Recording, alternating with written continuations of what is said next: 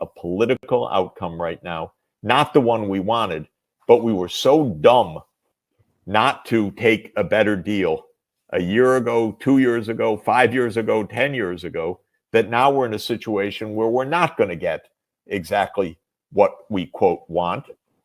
But to continue the fighting would absolutely destroy even more. What worries me most is actually that really the lives of Ukrainians are just taken as a casualty, as something not even worth speaking about. They don't even talk about it. The leadership is absolutely gross. You know, I'm sure that Zelensky is in a very hard place, but all he talks about right now is throwing more lives to the graves.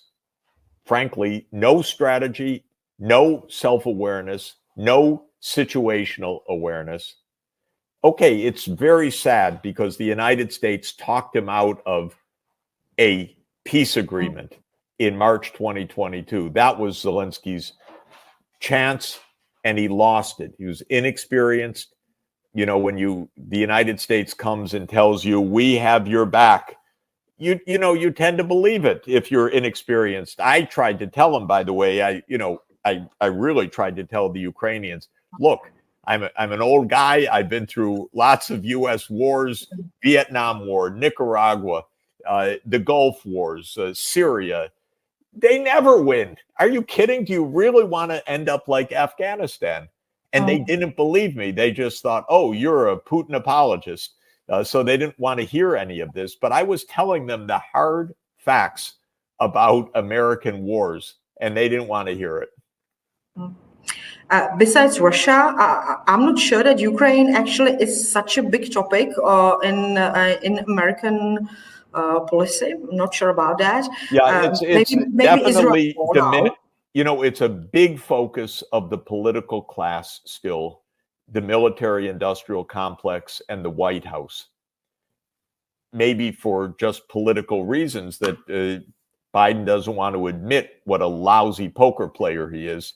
But the point is, for the American people, they've had enough. There's no groundswell of support. People don't want that. They want to stop this thing. And so in that sense, you're absolutely right. Typically, the public doesn't have much say in this. We have almost no public debate. But Biden's popularity is really collapsing. And if the unhappiness with Biden's foreign policy is very, very clear. So maybe even public opinion is going to start playing a role because we're now in an election year. I would like to ask you to clear the position on China, because when I look both at the Republicans or at the Democrats, I would say that their views on China are very similar. So they actually have very hostile views towards China. Now there was a summit, APEC, where both presidents, Biden and Xi Jinping, met.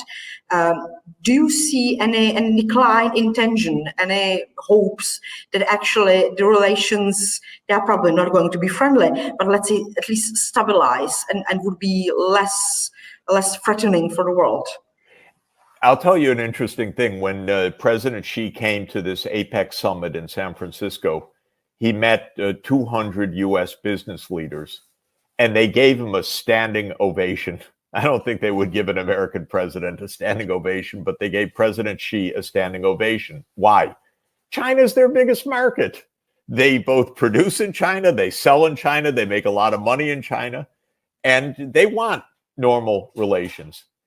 What is happening is two things. One, we have a kind of security class in America who are all about American dominance, American hegemony, America being number one. It's a very strange group of people, but this is our foreign policy establishment. Then we have politicians who basically think that, and it's very particular, Trump in 2016 won the election by winning swing states in the middle of America, in the American Midwest, which is our industrial zone, And he won it by saying, China took your jobs away. And when he made narrow victories in those states, the Democrats said, oh, we have to attack China in order to compete politically with Trump. So there are two reasons for the anti-China sentiment in the United States. One, and in the political class, one is this idea of America being the only dominant country.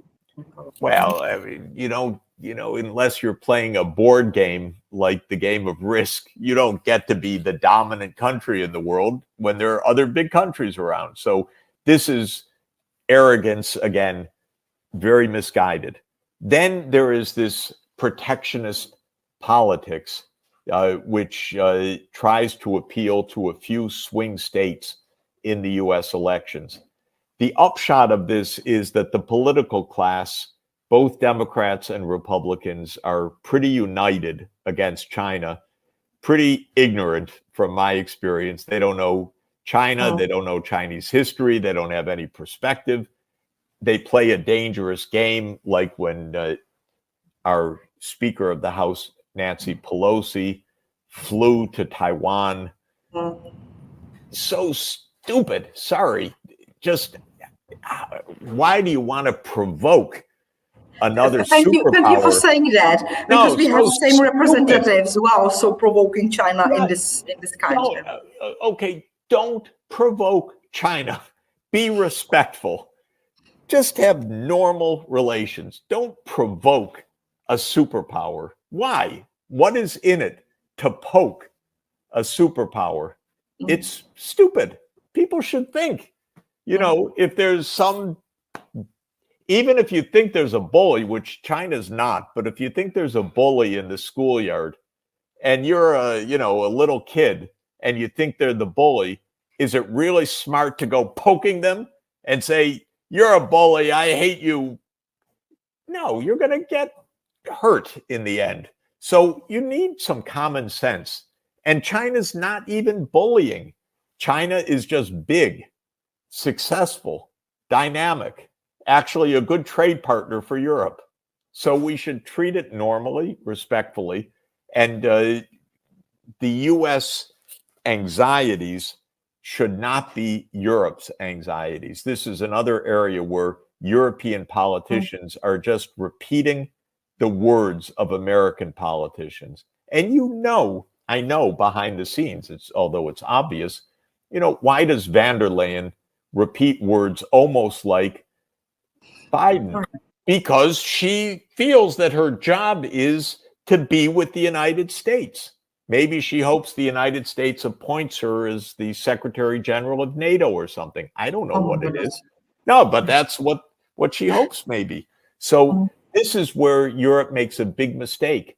Just like it did make a big mistake in Ukraine, it would make a big mistake of trying to make an enemy out of China. That's a completely ridiculous losing proposition. My last question, because our time is coming up, I have to reflect one very current event you already mentioned, and that's the elections in Argentina. Yes. Because let's say that the elected president is an unusual personality. How do you view this situation? Is there a danger for BRICS or maybe for other Latin American countries with his very strange suggestions as for foreign policy, as for economics? Yeah, of course, time will tell. One thing is he won the presidency, but has no control over the Congress.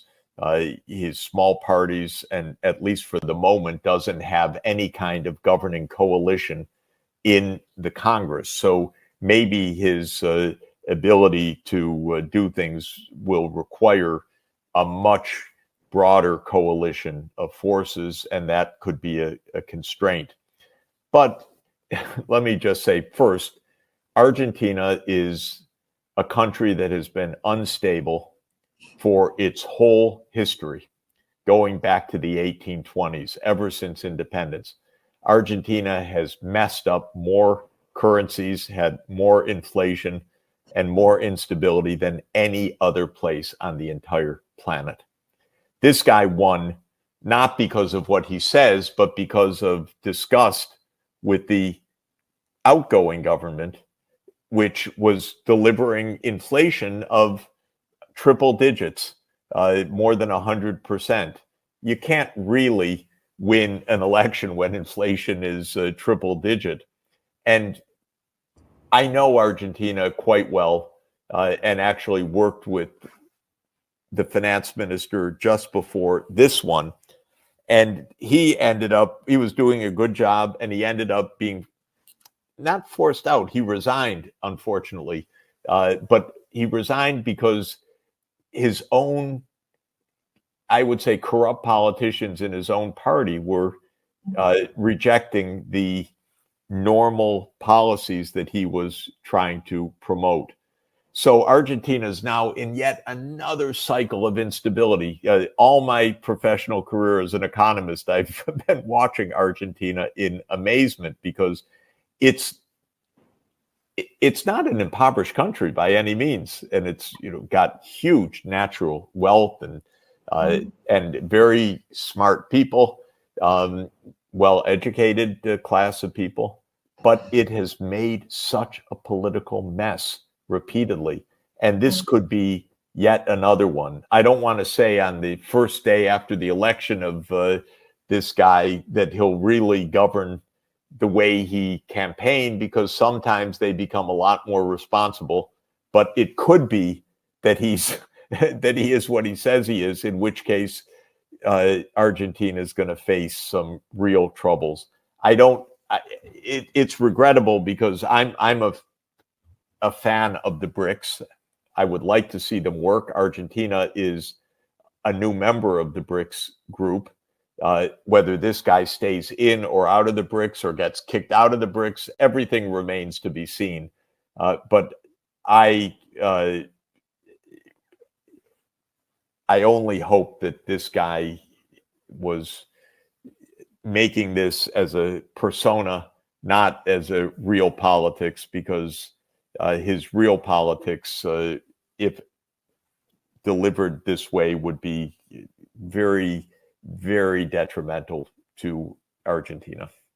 Office in 2021, rather than trying to de-escalate, he called for NATO enlargement and reinforced the U.S. push to expand eastward. Putin strongly pushed back. Biden pushed back.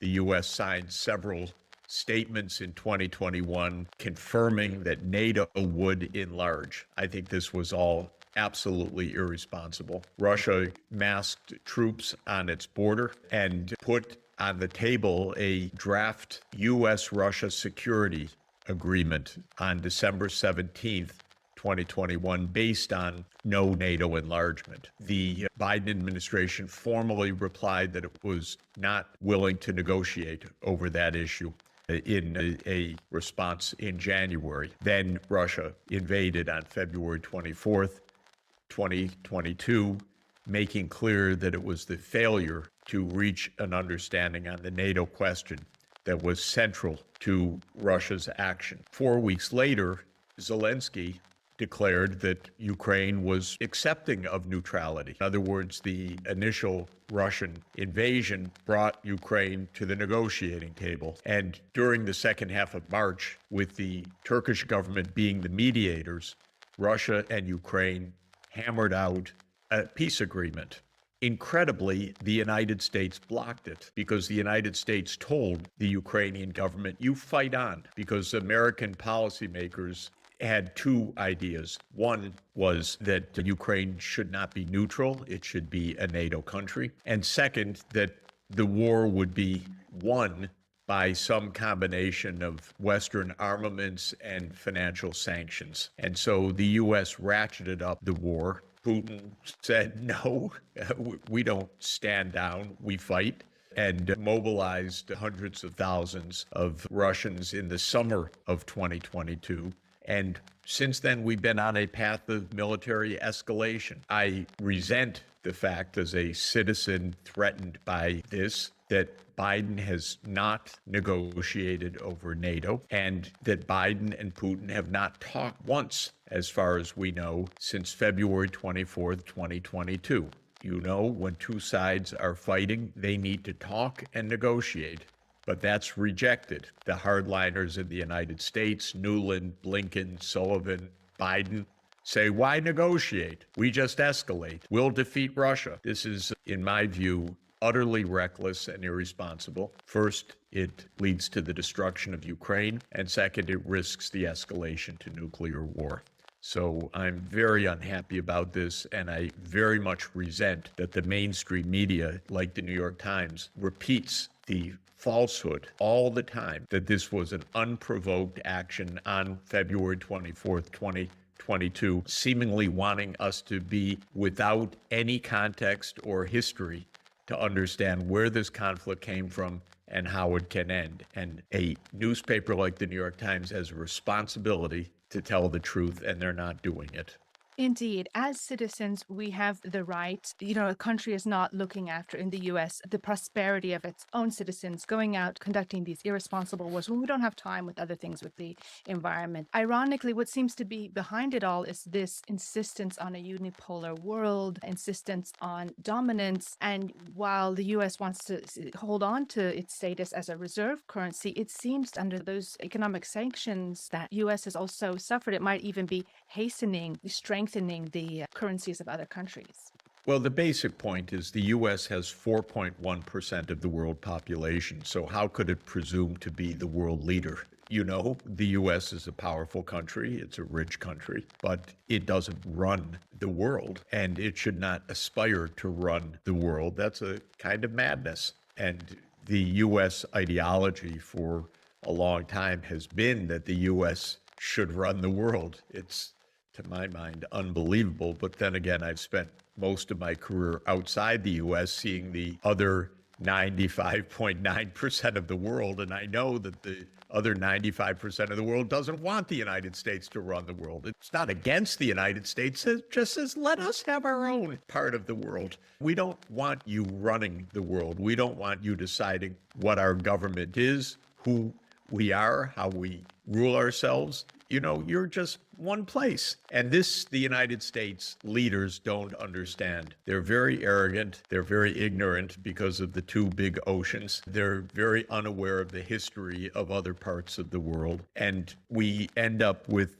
this arrogant and naive and dangerous foreign policy because there's no doubt the United States is rich and powerful, and it makes lots of weapon systems. And I'm 68 years old, and the United States has been at war almost every year of my life, from Vietnam and Laos and Cambodia and Nicaragua and Afghanistan and Iraq and Syria and Libya and now Ukraine.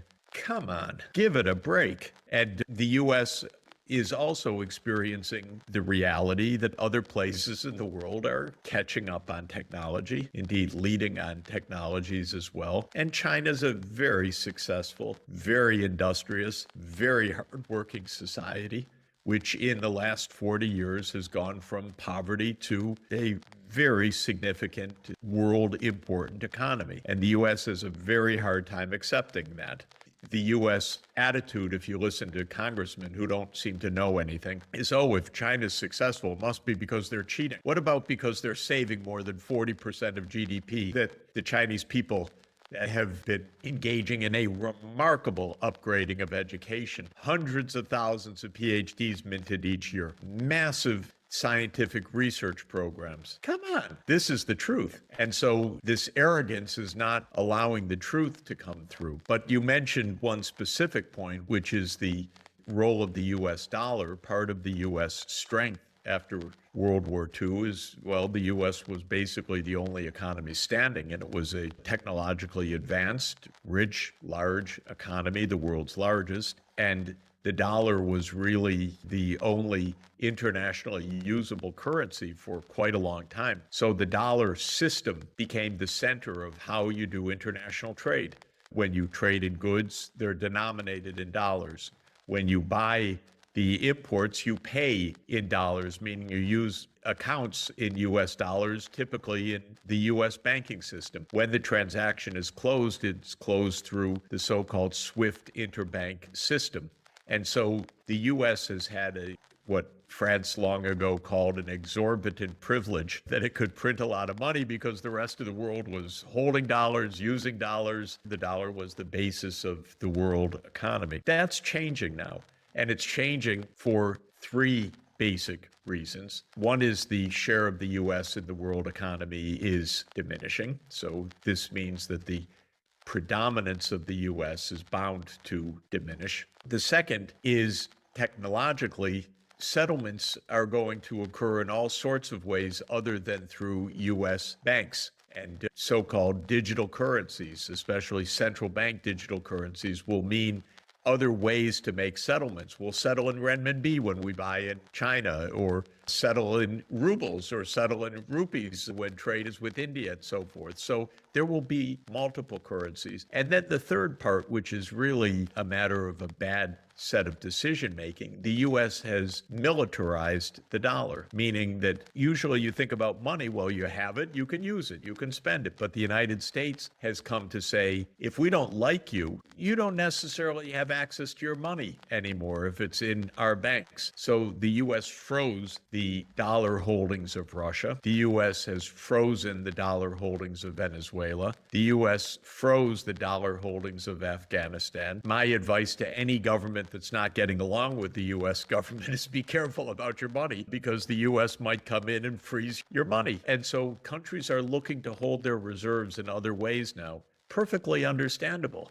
And I think that this is another part of the move to a multi-currency international system from a dollar-based international system. And you mentioned the possibility of a reserve currency being the renminbi. And so there's other things that are not often reported about China. One, and I know that you've written about this as well, is that they're stepping in where America's policy of destabilizing and it's destructive. China, in some cases in the Middle East, is stepping in as a peacemaker, and it's less expensive if we can achieve peace. Well, probably the most remarkable diplomatic achievement of recent years, I would say, is China brokering a peace agreement between Saudi Arabia and Iran. In the American idea, those two countries were implacable foes. They could never agree. And for the United States, Iran was the enemy and Saudi Arabia was the ally. But the whole idea of U.S. foreign policy is you bring countries under your authority as an ally of the United States, like Saudi Arabia, and you fight your enemies on the other side. But China has a different idea, which is that Saudi Arabia and Iran had no fundamental reasons for this dissension, but they have plenty of reasons for cooperation. For one thing, they're both being hard hit by climate change. They need to cooperate because the water crisis is quite severe. They're both hydrocarbon economies. They need an energy transformation, which is very profound. And so the Chinese facilitated a reconciliation between the two. I'm very happy about that reconciliation, by the way. The fighting between, the bitterness between Iran and Saudi Arabia divided Western Asia. It contributed to an absolutely devastating war in Yemen, in which the United States gave its military support that killed a lot of people. And it destabilized a region that needs a lot of economic transformation and technological upgrading and change. And so this agreement is really a big help for the whole region, not only for the two countries involved. And China gets a lot of credit, in my view, for having the wisdom to see that that was a conflict that could be solved, not just exacerbated. But the U.S. approach was always to push at it. Even when the U.S. made an agreement with Iran, the nuclear agreement called the JCPOA, the U.S. government walked away from it. And then it maintained sanctions on Iran because the U.S. is not really serious at making peace most of the time. It's got an us versus them mentality. And I find that very destructive and not in the U.S. interest. Yes, and I hope that China maintains this sensible approach because it's dangerous what's happening now in Taiwan. And just help us understand the situation, like in that through line between these proxy wars and what could happen in China. Well, the situation in Taiwan is like the situation in Ukraine, very explosive, very dangerous, and requires cool heads to avoid a conflict. The fact of the matter is that actually all three governments, let me say, the United States, Taiwan, and China, have a policy that there's one China. And whether it is the government in Taiwan or the government in Beijing, they both say there's one China. They disagree on what happened in 1949 and how China should be governed, but they don't say there are two countries. And the United States, when it established diplomatic relations with the People's Republic of China, very clearly said that there is one China and has one China policy. And that is how to keep peace and to make sure that this tension between Beijing and Taipei does not boil over to open conflict. But the United States started to play games with this. It started to form a military alliance with Taiwan, in effect, which is really coming into a military alliance in the middle of one country. And this is an extremely dangerous and imprudent thing to do. And Biden starts talking about how we're going to defend Taiwan, and the American politicians talk about how a war is coming. It's all utterly reckless, irresponsible. And what we should have is trying to reduce tensions, diffuse tensions through negotiation, through talk, through peace building ideas, rather than stoking the idea that some conflict is inevitable. A conflict would be devastating, of course, first and foremost for Taiwan, but actually for the whole world. And so this needs to be avoided, and we need cool heads. And we shouldn't have American politicians saber rattling. We should not have Speaker Nancy Pelosi fly to Taiwan after the Chinese government has repeatedly said, don't do that, don't provoke, don't stir up things. Don't make conflicts where there don't have to be conflicts. But the United States leadership doesn't listen very well. It's the same thing that when Putin said many, many, many times, do not expand NATO to Ukraine. The United States, oh, sorry, we don't hear you. You have nothing to say about that. That's none of your business. And then war comes. This is very typical of American foreign policy because American foreign policy leaders are too arrogant and they don't listen. Yes, and now 61 years since the Cuban Missile Crisis, you'd think we learned our lesson. And of course, America would never accept a military alliance on its doorstep, say coming down from Canada or something like that. Well, of course, when Cuba aligned with the Soviet Union in 1960, the U.S. idea was invade. That's it. It didn't say, oh, Mr. Castro, you can do what you want. It's an open door. If you want to be with Soviet Union, that's fine with us. No, it said, well, we invade. So that was 1961. In 1962, in the repercussions of that and in a really reckless gamble and reckless action by the Soviet Union putting missiles into Cuba, this whole conflict escalated to just the brink of nuclear war in the Cuban Missile Crisis. And then in 1963, both President Kennedy and Soviet Chairman Nikita Khrushchev said, we have to pull back from the brink. We have to live together. We should not be coming to the edge of global nuclear war. And they signed the Partial Nuclear Test Ban Treaty in the summer of 1963, proving that even at the height of the Cold War, if the mindset is right, you can make peace. And that's the mindset that we need now. Yes, it seems like the neocon mindset never really went away. Just help us understand, because to my mind, Ukraine is not indispensable for the US, right? It's just this idea of NATO enlargement. But there's other forces behind the scenes that are, profiting or pushing. And I understand that Zelensky, secured $110 billion in US aid and of course, humanitarian, financial, military support.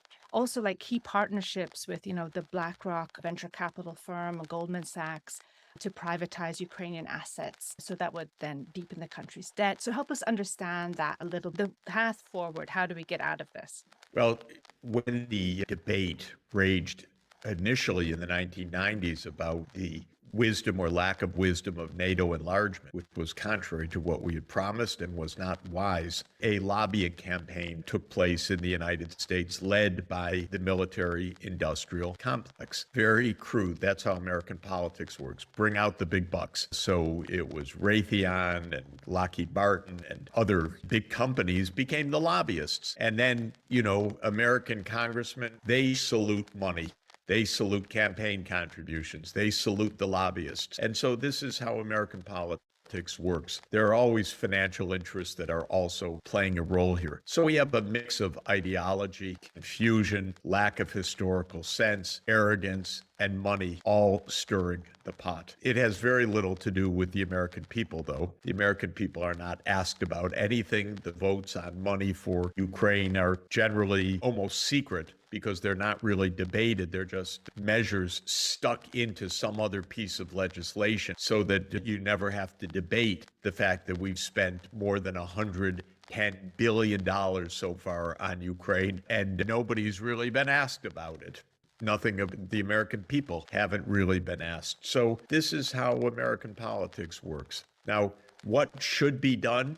This war should end by the United States saying that NATO will not enlarge and Russia saying we take our troops home. That's the core of this. That was available in December 2021. It was available in March 2022, and it's still available now. It doesn't solve many, many other issues. What happens to the territories? What happens to Crimea? These are for negotiations, but the basic idea is that the two superpowers back off and that the war stops and that we go to political solutions, not military solutions. And that should be our priority. And so finally, as you think about the future, the prospect of nuclear war, the kind of world that we're leaving the next generation, what would you like young people to know, preserve, and remember? Young people should lead the way to a safer, cooperative, peaceful, and environmentally sustainable and fair world. This is the point. We need to build the future we want, not to feel trapped in this mindless cycle of violence and environmental destruction. The problems that we face are solvable, and they are not driven by the needs of the people. They're driven by greed or power seeking of elites. And we need to have a new generation say, this is not working. We want a world that is at peace, that is shared in prosperity, and that solves the environmental crises, which have become so deep and are neglected in part because we are wasting our time, our lives, our resources on these useless wars. No, let me say it's the first book of Western political science is the better way to say it, because Plato had written the Republic a generation earlier. But it's the first book of political science. It is paired with his ethics, Nicomachean Ethics, as two joined volumes, because for Aristotle, ethics and politics were the same. Of course, in 1514, I think it is, Machiavelli wrote a very different political science. He wrote a handbook for the prince, which was about how to maintain power. And political science in the West began to be the science of maintaining or managing power, not the science of producing the good.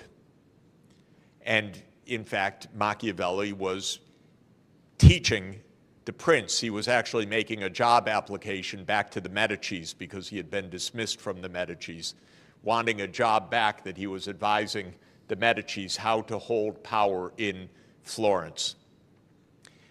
Later in the next century, one of the most influential texts in Western cultural history was written by Thomas Hobbes, the Leviathan. And this was written in 1640 as Western science was taking shape. And Hobbes wanted a scientific theory of human beings, but modeled as individual atoms that collide with each other. Because for Hobbes, there was no longer a cultivation of virtue, but rather each individual with insatiable desires. So Hobbes's model of human nature is that it is simply unbounded desire. It can't be taught to moderate desire. It can't be cultivated for virtue. It is individualistic and it is insatiable. And so Hobbes said, unless there is an overarching power, people will kill each other. And so we need a Leviathan, he said, to stop human nature from committing non-stop violence. It was a very pessimistic view of human nature, but notice the main point is no longer was there any idea of developing virtue. That was deemed to be impossible. Instead, one needed institutions to reflect harsh reality. This is the flip of philosophy. It's no longer about cultivating the good. It is about controlling the bad. Then interestingly and importantly,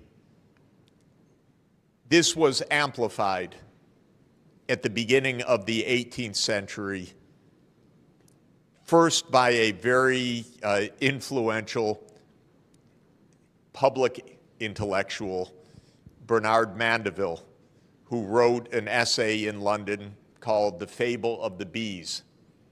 And in The Fable of the Bees, the most aggressive bees win, but they make the hive powerful and great. And if you try to control the avarice or the vice or the aggression of the bees, the hive actually dies.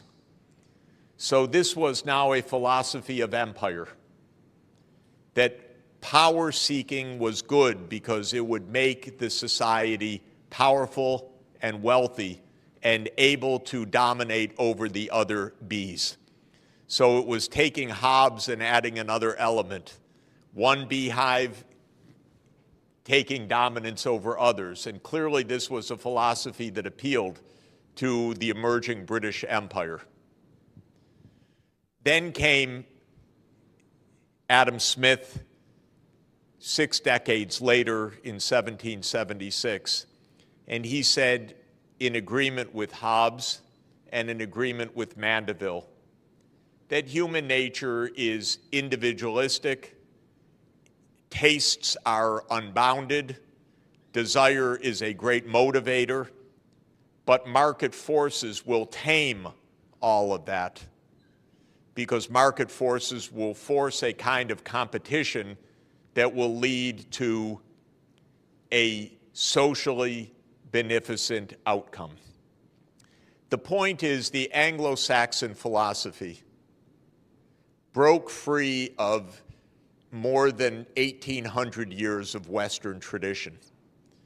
The Western tradition from Aristotle and Christianity was a tradition of the common good, virtue, and care for the poor. With the rise of the British Empire, the philosophy became the benefits of power as a philosophy.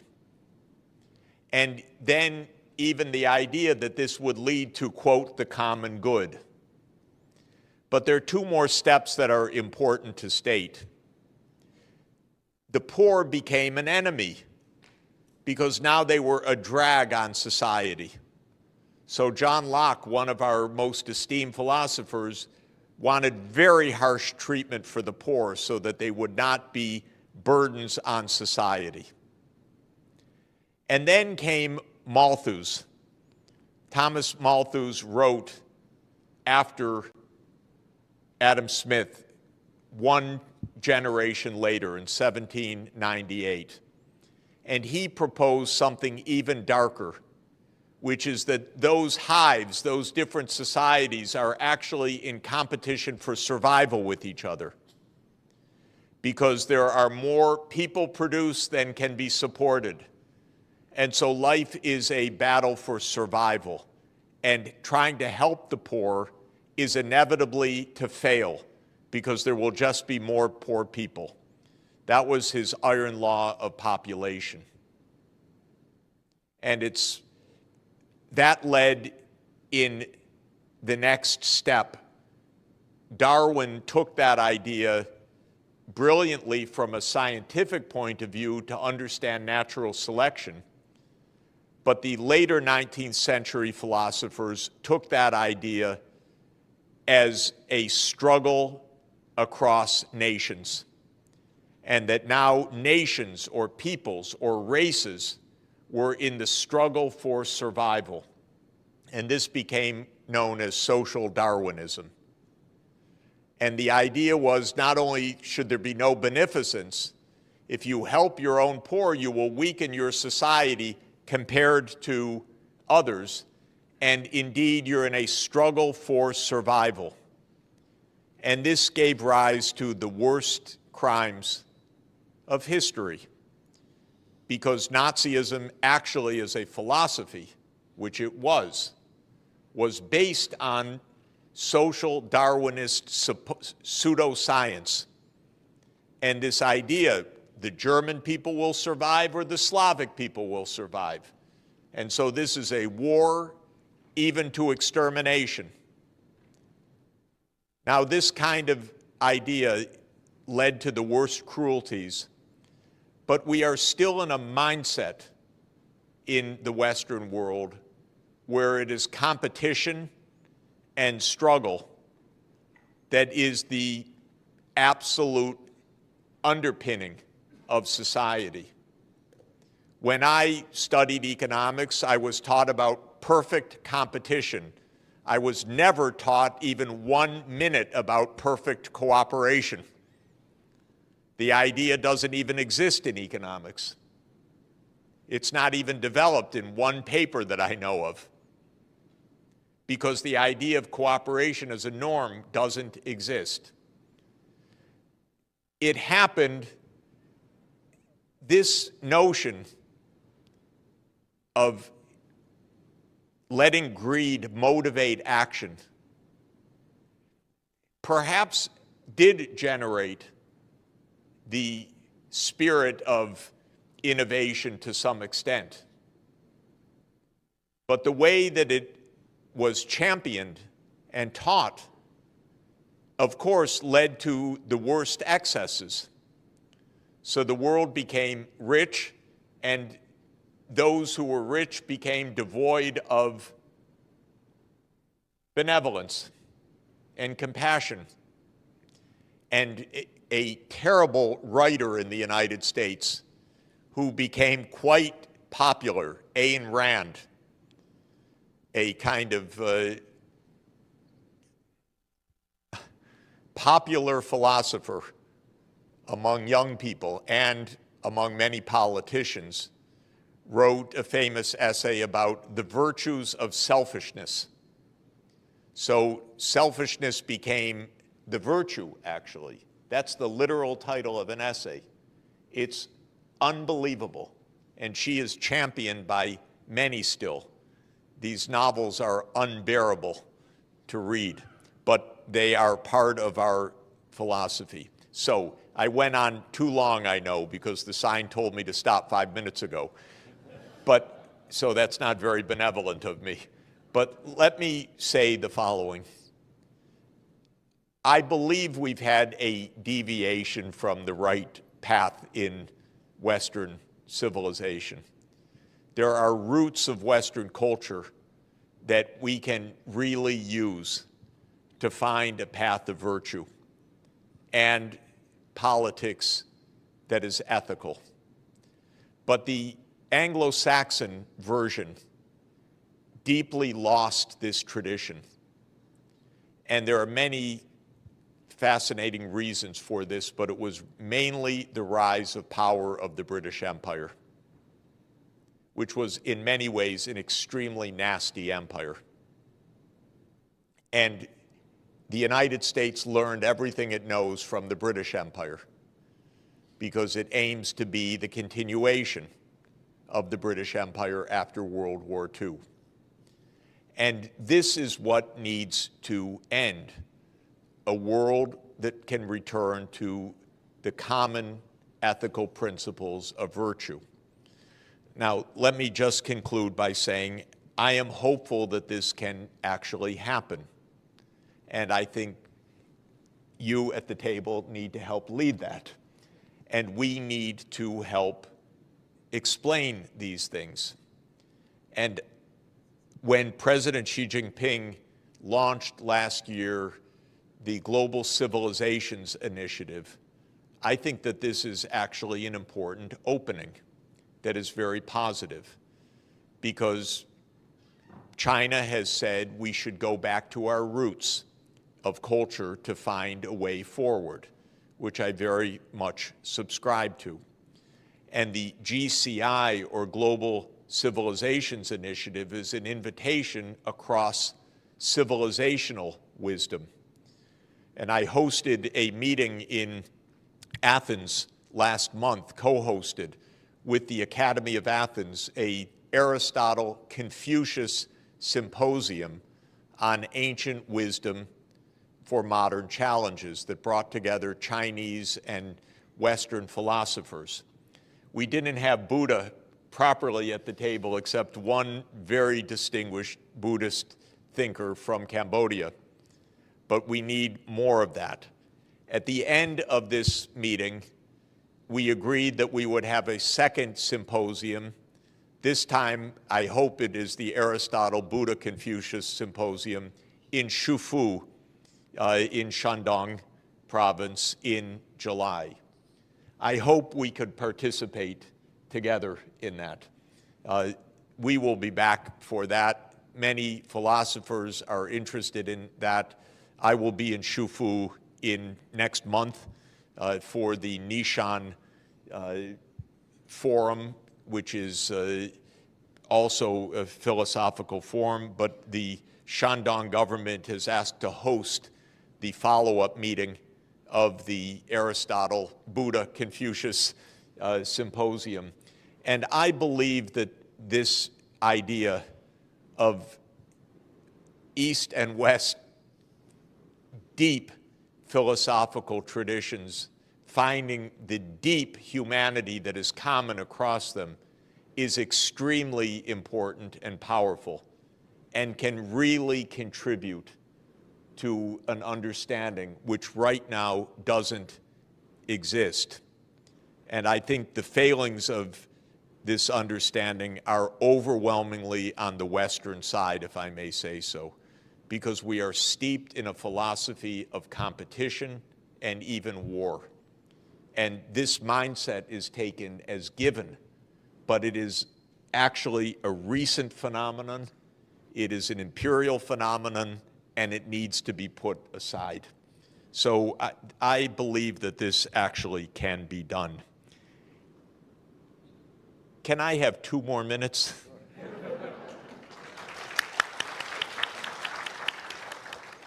Because I want to talk about net zero by 2050. And first to say how much I admire what Dr. Shaw proposed, and is the book in English also, or in Chinese? Okay, we're going to have to get me an English translation somehow, if we can, but I'm very eager also to read your forthcoming paper. Let me add a couple of things that I think are central, but I think they're already exactly in your climate club idea. It is not possible to reach net zero one country at a time, least of all for an island. We need an interconnected energy system, region by region, because if you are tapping renewable energy, it's intermittent. So it's sunny here or windy here. This needs interconnection. And East Asia should be interconnected in a common grid. There is a mainland China program called GuideCo, Cooperation Organization that is the China State Grid engineers who are doing analytical work on interconnecting regional grids for Africa, for South America, for North America, for Europe, and for Asia. This is very important work. Taiwan should be connected to the mainland in a power grid. And the mainland should be connected with Mongolia, and it should be connected with the ASEAN countries, and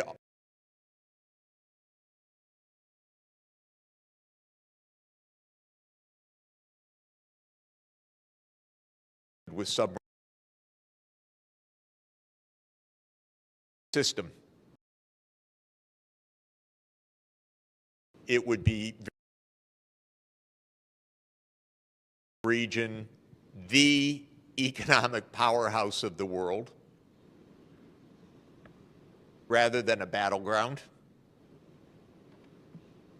because this region has everything if it works together. And it could lose everything if it views the region as a battleground. I think everyone in this region can understand this. The only one that does not is my country, actually. But the U.S. needs to be told, let us solve our problems. We know how to discuss. Don't meddle, because you will make a mess. This is actually the truth. This is true about Japan. It's true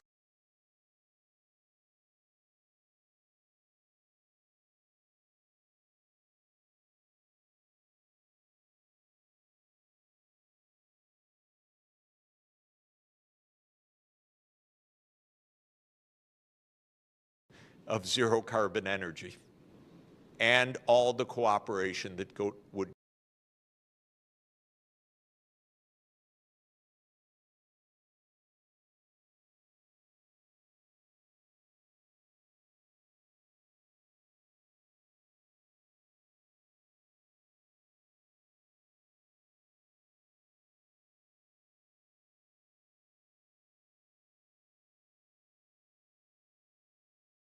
the regional cooperation, the regional structure, and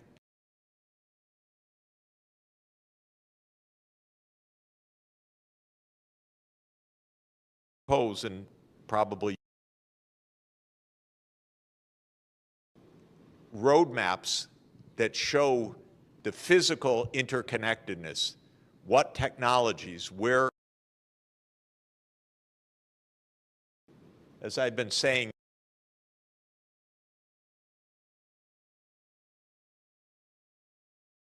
opposite of a plan. It's 80% fossil fuel.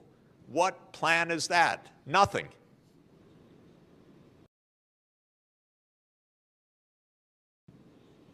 Please, don't encourage them. So, show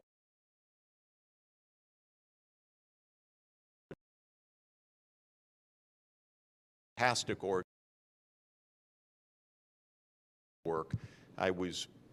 Sonia and I were just in Beijing with them a couple of days ago. We'll come back for a meeting that they're hosting on September 26th for a worldwide meeting on energy interconnections. I think that this is really absolutely at the core. So I agree with everything that you said, and I think that it's absolutely the way forward. And in that polycentric world, there's a concept which I find very useful. It's a concept adopted by the European Union, but a concept that actually started with the Roman Catholic Church, and that is the concept of subsidiarity, which is that we need governance at all levels. So we need global governance, regional governance, national governance, local governance. You put each problem at the lowest level possible, closest to the people, where it can be solved, but not below the level at which it can be solved. So the power grid cannot be solved at the national level. It must be solved at the regional level. The targets for decarbonization must be solved at the global level, and so forth. And the idea of subsidiarity is that we have this multiple levels. We have global governance. We have a global government that can do certain things and not other things. We have regional government. We have national government. We have local.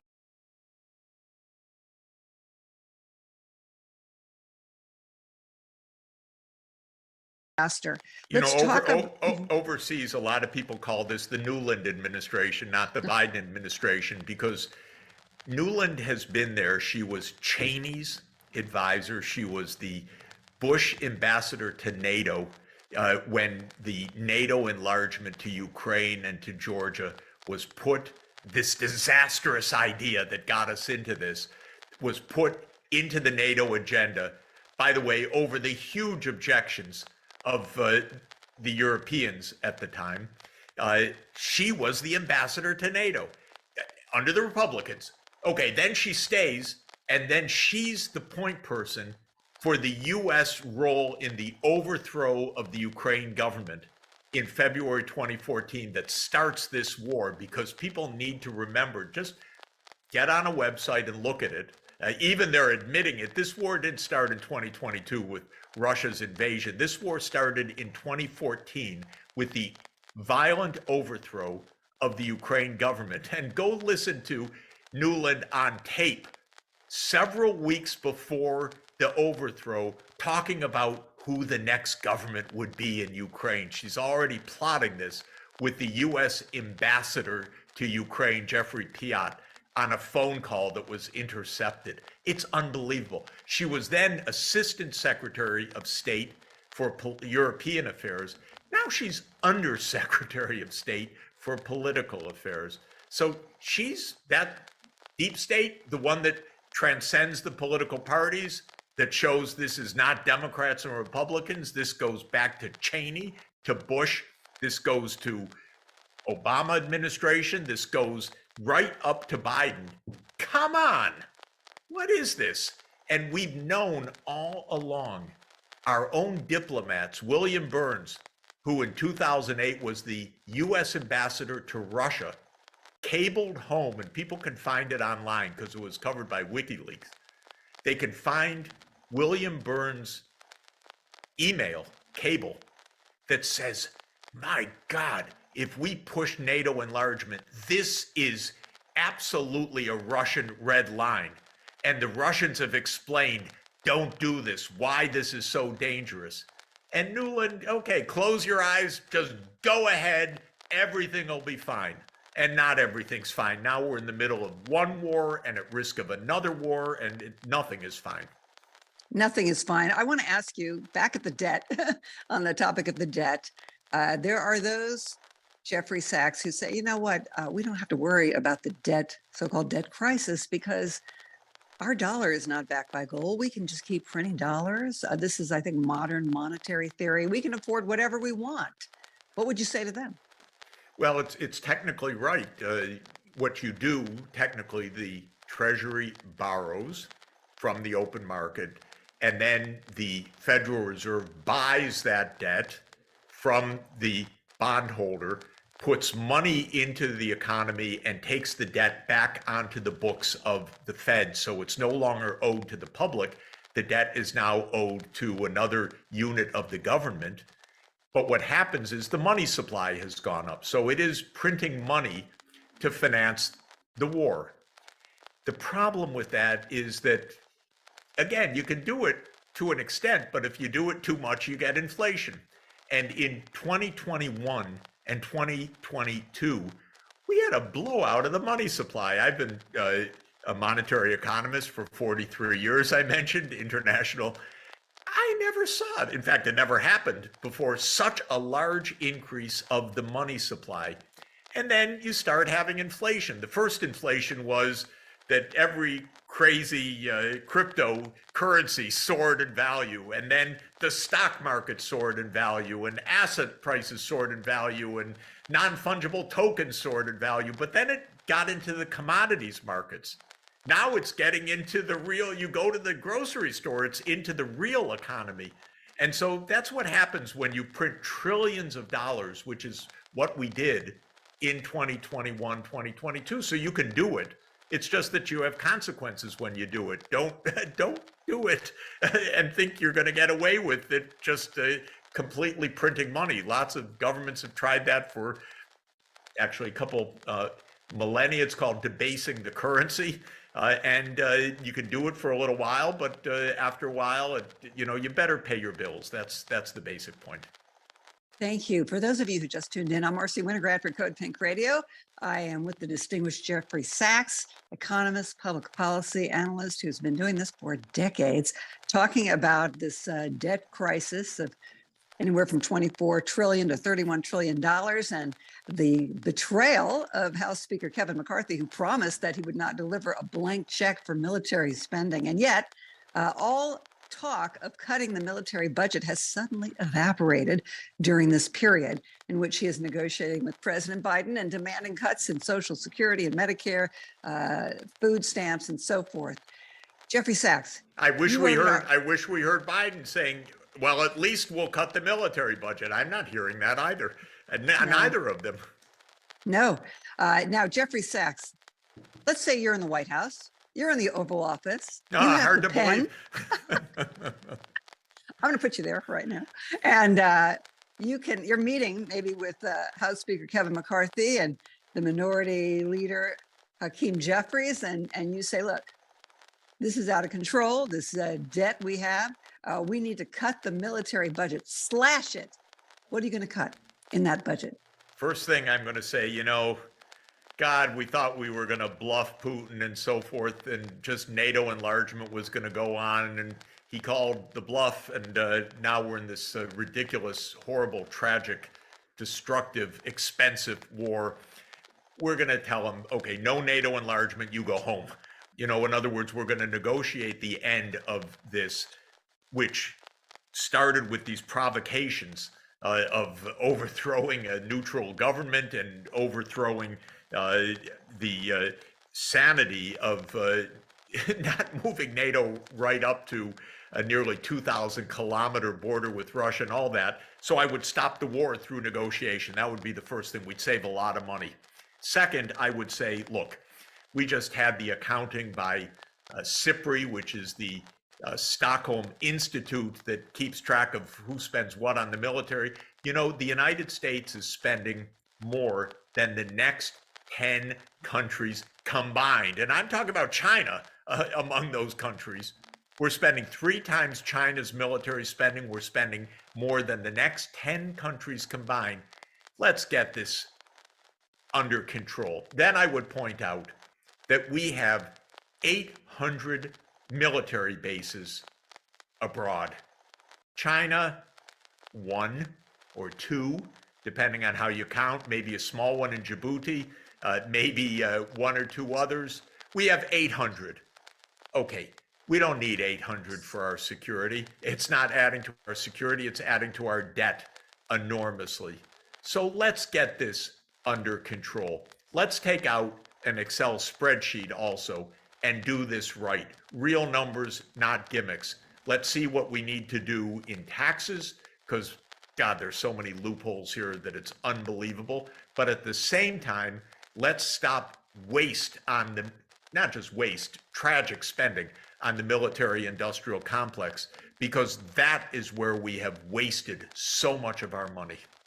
Yes, and when we create, I don't like that word, it has a positive connotation, but when we produce, or the military contractors who are really making a killing off of killing, when they produce new weapon systems, these systems emit tremendous greenhouse gases. So there is that connection. And too often we see environmentalists and peace activists operating in silos. And at Code Pink, we have a War is Not Green campaign because we think it's essential that we integrate these campaigns, because the military is a driver of the climate crisis. The Pentagon is the single largest global institutional emitter of greenhouse gases, consumer of oil and fossil fuels, and too much of that is under the radar. So let's talk about it. Now, let's also talk about what we're doing at Code Pink. Great. This week and next week. We have grassroots activists on the Hill, on Capitol Hill, Medea Benjamin, Olivia DiNucci, who many people met when she disrupted. Well, she's disrupted a few times those powers that be that insist on all of this never-ending spending for the military, including Joe Biden. So anyway, they're going to be on Capitol Hill with others, visiting key lawmakers' offices and saying, look, this is our petition. Code Pink is a partner in the Peace in Ukraine Coalition, which represents over 100 organizations. We have a petition calling on Biden, Putin, and Zelensky to support a ceasefire and peace negotiations now. And I thank you, Jeffrey Sachs, because you are one of the prominent signers of that petition, along with others such as Noam Chomsky, Daniel Ellsberg, Dr. Cornel West, Ann Wright, Jack Matlock, the former ambassador to the Soviet Union, even Roger Waters, the co-founder of Pink Floyd, has signed that, as well as Dennis Kucinich, one of my heroes, who was in Congress for many years and a great peace champion. So we are taking this ceasefire petition not only to offices on Capitol Hill, but also fanning out across the country to deliver it to congressional offices, along with a full-page ad that ran in the New York Times last week. Thank you very much, Eisenhower Media Network. And this ad said, let the United States be a force for peace in the world instead of, well, I'm adding this now, instead of a force for war and destruction. There are those, however, Jeffrey Sachs, there are those who disagree with this call for a ceasefire. They think it's controversial. They say, no, we cannot have a ceasefire because then Russia, Putin would end up with this annexed territory in the Donbass and in Crimea. Whether that was an annexation or reunification is certainly up for debate. What would you say to them? I think it's really important to get to negotiations and to understand the roots of this war. This war came because we kept pushing NATO. And at the end of 2021, Putin put on the table, actually, you want to avoid war, here is a draft Russia-US security treaty. And it had several points, the most important of which is stop the NATO expansion. And you know what the White House said? No way we're going to talk to Russia about NATO expansion. That's our business. It has nothing to do with Russia. Of course it has to do with Russia. We're about to put NATO right up against the Russian border. And so this was calamitously misguided foreign policy in the United States. And it's not just me saying it. The leading American diplomats have been saying this for decades now. Don't do this. George Kennan, William Burns, who's our CIA director right now, warned about this in 2008. And William Perry, who was our Clinton's Secretary of Defense, nearly resigned over Clinton deciding to enlarge NATO because Perry was saying, we're going to start another Cold War with Russia. So it's possible to negotiate. But it's actually been, strangely enough, the United States that has absolutely rejected diplomacy. Americans probably couldn't believe that, but it's actually true. And it's at least two recent occasions. One is at the end of 2021, when Putin was putting a diplomatic initiative on the table. And we said, no, we're not going to talk about it. NATO enlargements, none of your business. That's what we told the Russians. And then at the start of the invasion, just a couple weeks after the invasion, Zelensky said, all right, okay, we could think about neutrality. We should negotiate. Now, I know what happened there because I've spoken to people that were deeply involved in this. Right at the beginning, the Ukrainians said, we could really we don't have to be in NATO. We could have guarantees from other ways. And the Russians said, okay, let's talk. And the Turkish diplomat said, we'll mediate. And so real mediation started. And actually, the former prime minister of Israel, Naftali Bennett, got into the act as an informal mediator. Towards the end of March 2022, they actually were working on the draft agreement to end the war. I'm talking about more than a year ago. And the United States said no. The United States said no diplomacy.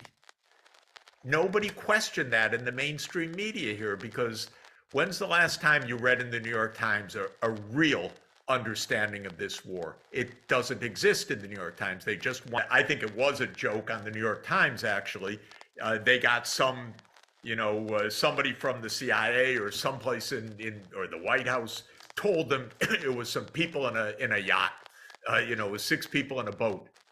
That story lasted about 24 hours. I mean, it didn't even last 2 minutes in my view. I thought it was hilarious, not substantive. But the New York Times ran it with a straight face, but they wouldn't run Seymour Hersh's account and then discuss it. So they're not even covering the news and much less challenging a critical thought. And yes, I would that's agree. Pretty serious.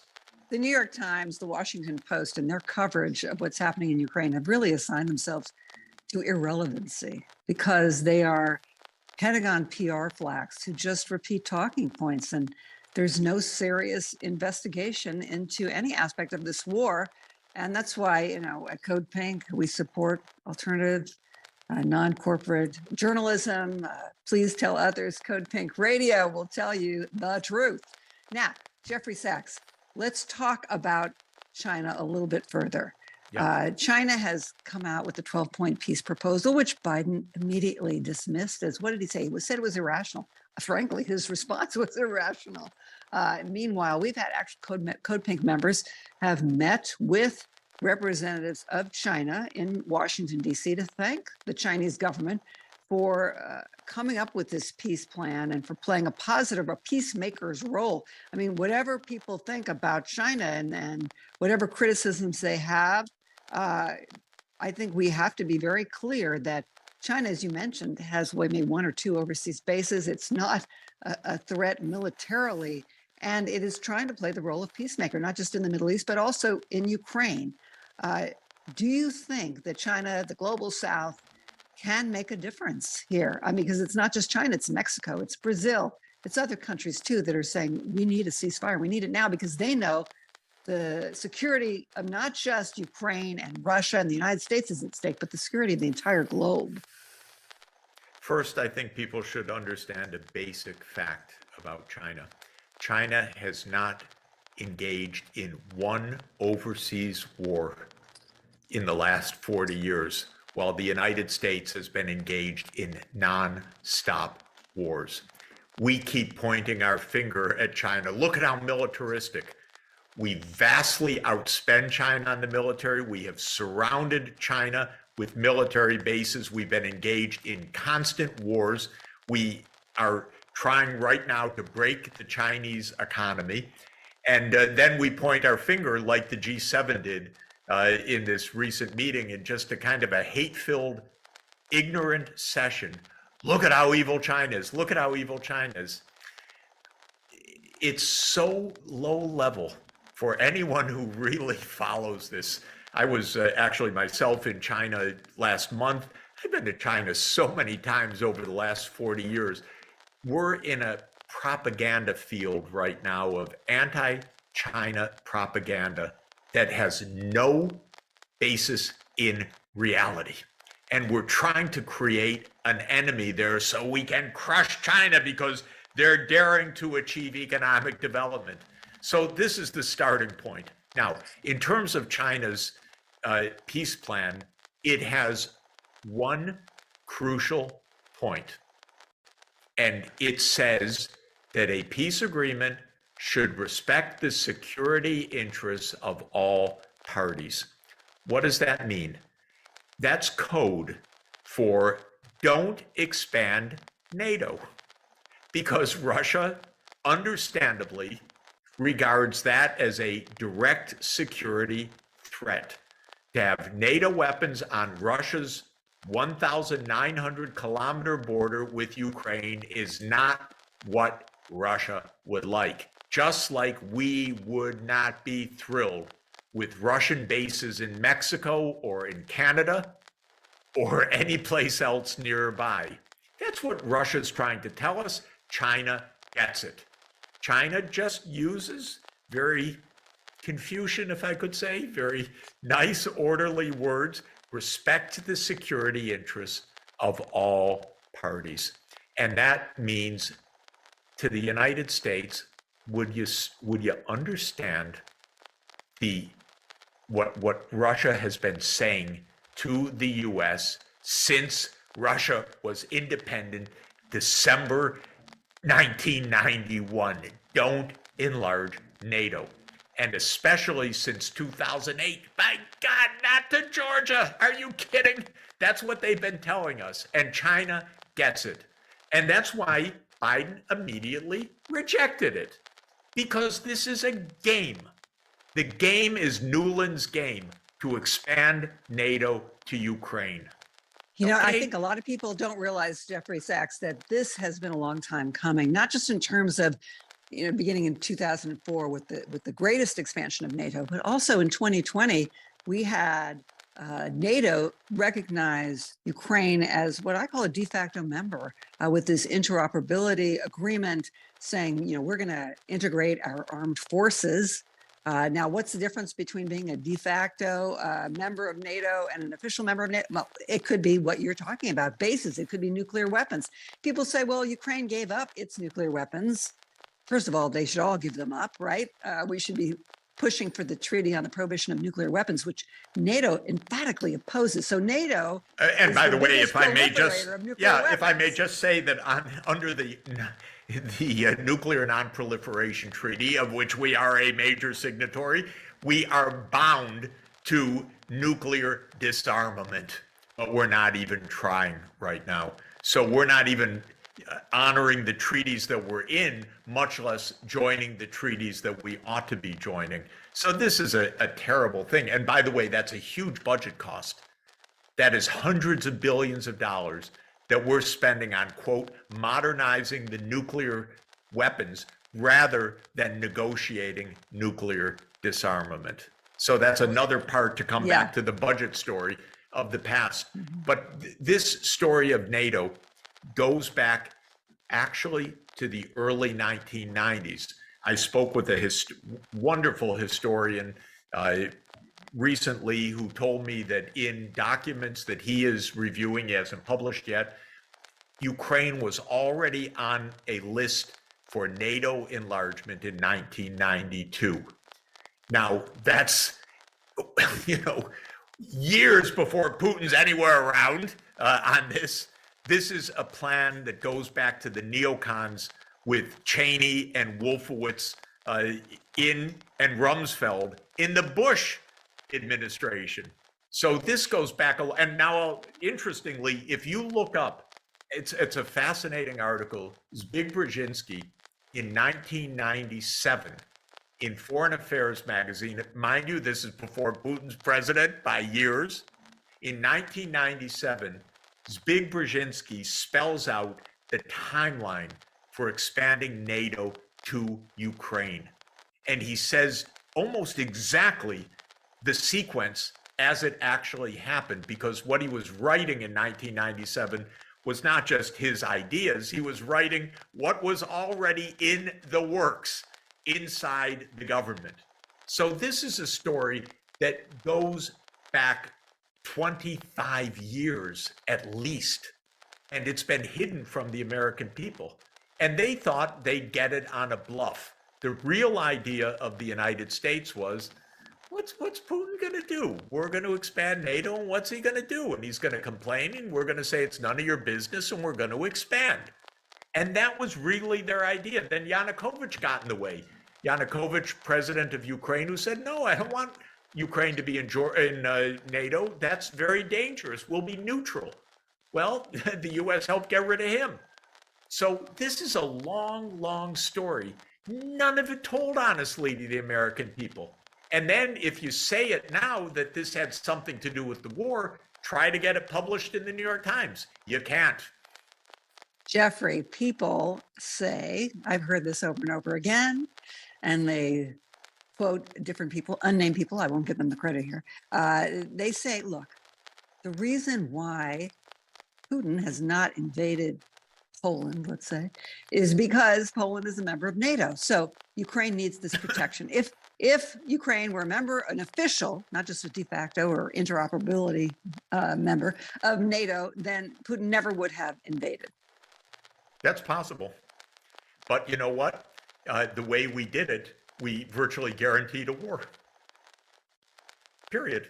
In other words, to say, okay, Ukraine, yeah, you're going to join NATO, and the Russians are saying against our border, no. And then letting, as this occurred, they said, you keep pushing this, we're going to have war. And the war started in 2014 because the safety for Ukraine was when Ukraine was saying, we don't even want it, stop, don't get us into the middle of this war between the two of you.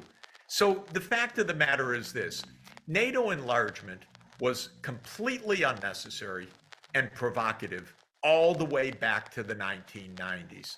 And then we saw in 2019, but just Ukraine to say, embedded in its constitution this vow to join NATO. Just to say, even the first round, which was Poland, Hungary, and the Czech Republic, the Russians hated it, but it didn't cause a war. That's far from their borders. Then the next round came, and the Russians were really, really annoyed because that one was on their border with the Baltics. So it was Latvia, Lithuania, Estonia, Slovakia, Slovenia, Bulgaria, and Romania. And then they said, oh, come on, will you stop? Then in 2007, Putin said, okay, you've done it. You keep expanding NATO. You promised you wouldn't, but you keep doing it. Stop. Do not come up to our border with Ukraine and Georgia. And by the way, people should take a map out and understand a little bit about this. The real goal of these neocons, the Nuland neocons, is to surround Russia in the Black Sea. This is why, where does Georgia come in here? I don't mean Atlanta, Georgia. I mean Georgia, the country in the Caucasus. Where's that come from? If you look at a map, the idea of these neocons is that you have Ukraine, Romania, Bulgaria, Turkey, and Georgia surrounding Russia in the Black Sea. And Putin saying, don't do this, stop. And he says this in 2007. Then in 2008, Bush pushes this, and Nuland is key member of the administration then. And they push this over the opposition of the Europeans and get the Bucharest NATO declaration to declare that Ukraine will be a member of NATO, will. And by the way, Biden has been part of this all along. And the military industrial complex has pushed this. The literal lobbies for NATO enlargement have been Raytheon people. I mean, you can't make this up. This is how the US government works. Lastly, Raytheon, Jeffrey Sachs, yes. I want to ask you about Ukraine and the future of Ukraine. Should we continue on this calamitous path of endless war, propping up the Ukrainian government to the tune of $6 billion a month, spending over $115 billion to continue the war, half of that going to military contractors for weapons and military training. Meanwhile, what's going to happen to the Ukrainian economy? Because we've already read about Zelensky privatizing a lot of these industries that were nationalized under the Soviet Union. And we know that BlackRock, representatives of BlackRock have been over in Ukraine. And we know that Zelensky has a website. And on the website, there's a menu for privatizing Ukraine and inviting investors to, yes, invest in the military in Ukraine. Where do you see this going? Should we continue on this course?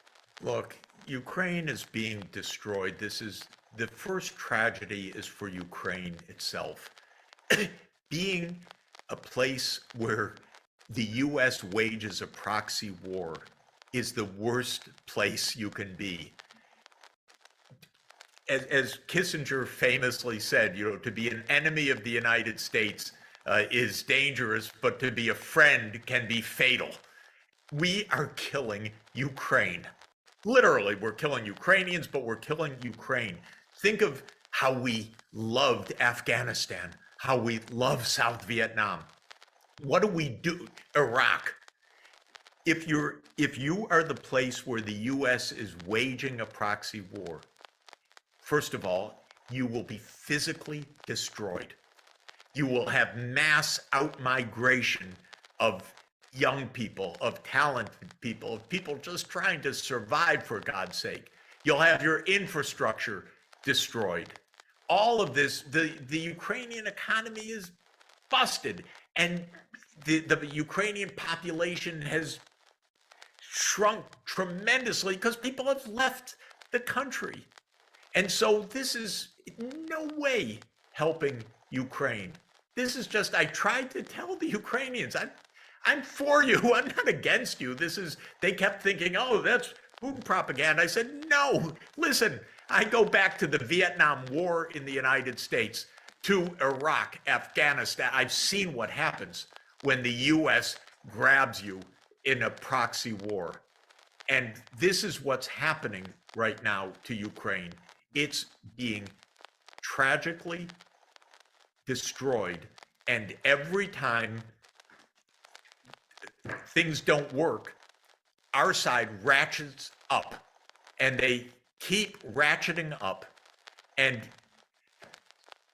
sad to say, Obama knew in 2014, he got the main point when he said and realized that Russia has what's called escalatory dominance.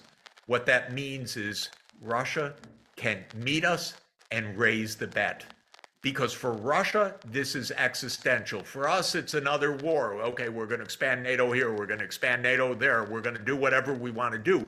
For Russia, they view this as the essence of Russia's national security.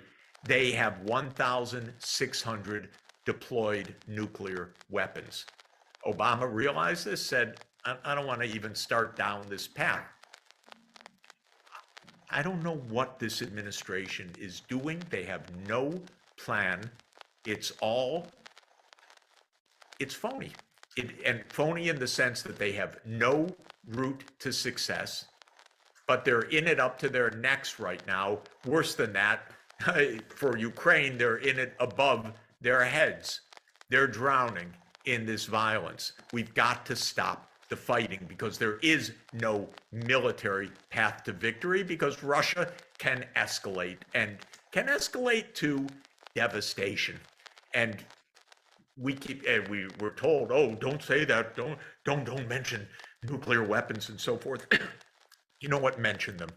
Understand. Yes, and I think I think we should also mention, Jeffrey Sachs, that the United States has a nuclear posture review. The Biden administration says we will use nuclear weapons first if our allies' interests are threatened. So, who's going to use them first, or will they be used? All of this is speculation, but it's frightening that we are escalating right now, training Ukrainians on F-16 fighter jets that could after they said again Russia. And again that they wouldn't do it, they keep taking the next step.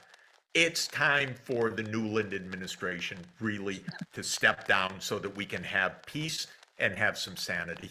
Deep, real, intensifying, and at an urgent stage. We're already in the acute phase of human-induced climate change, destruction of biodiversity, massive pollution, which claims many millions of lives per year. We're already in the acute phase these are of all public human-induced climate change, destruction of biodiversity, massive pollution, which We claims... hear wisdom someplace. Thank you. These all require public goods of a new kind at a global, regional, biome, ecosystem scale. And of course, we're grappling with creating that, and we're not succeeding now 51 years after the first conference on environment and economy in Stockholm. We have rapid demographic change, not all bad. The world population is going to stabilize and start to decline in the 21st century. That's a good thing. We're completing the demographic transition, an aging economy, an urban world economy, a significant rise of Africa's share in the world economy to perhaps 1/4 or even 1/3 of the world population by later in this century. And we now, as I'm emphasizing, have public goods at regional, by that I mean transnational, and global scale to an extent that is unprecedented. And that requires a different kind of governance. So we have outgrown the nation state. We need political subsidiarity.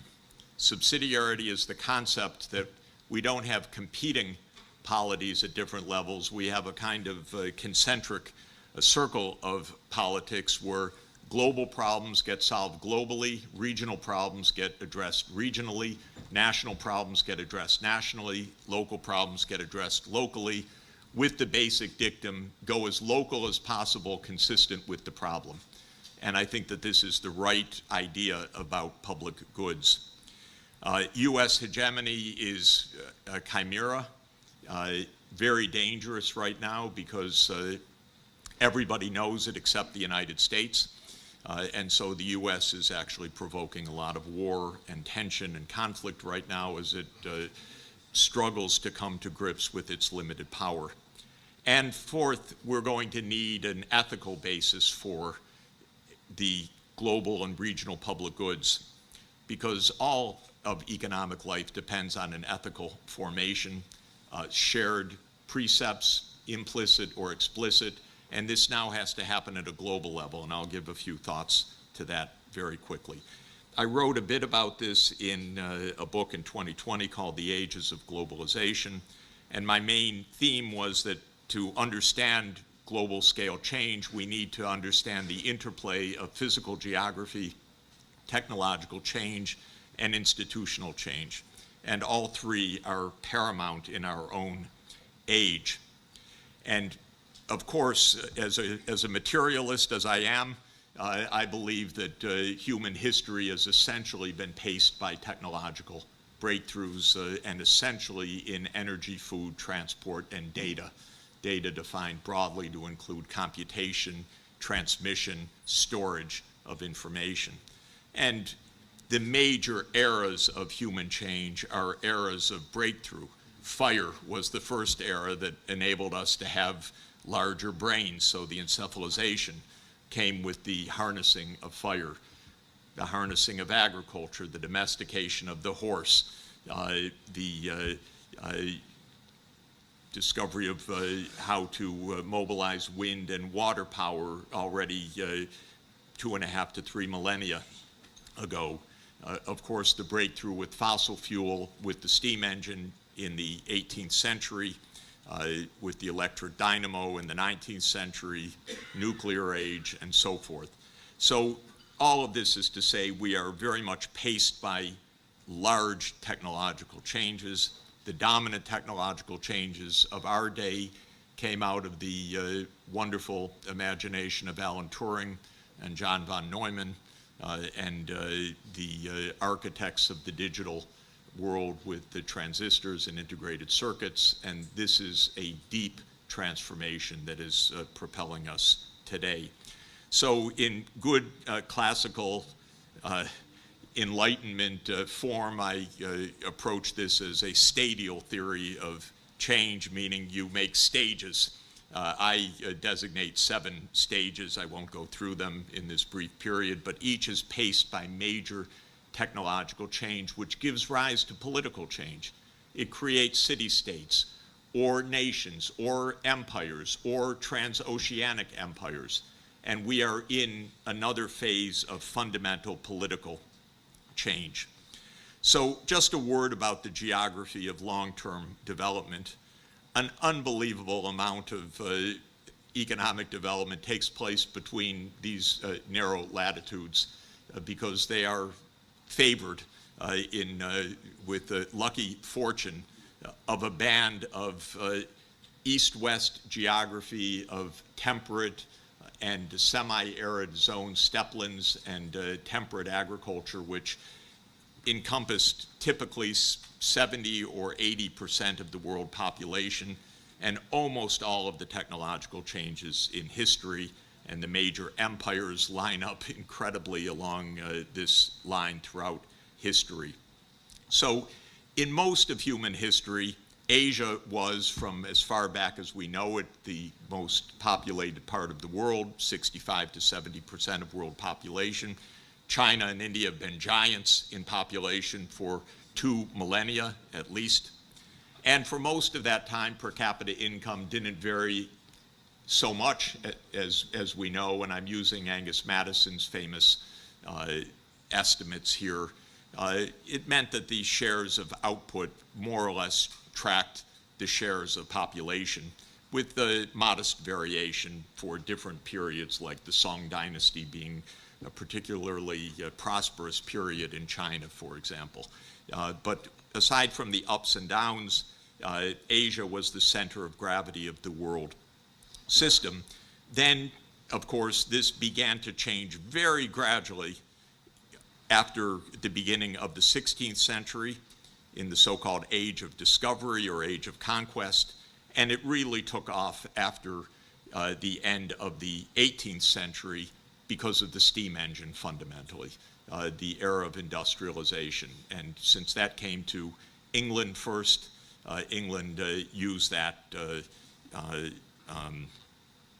to conquer much of the world.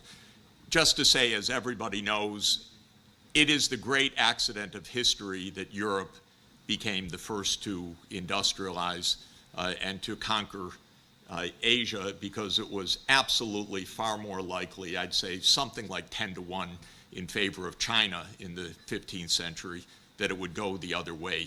China was very close to discovering the sea routes to Europe and even possibly to the Americas across the northern Pacific.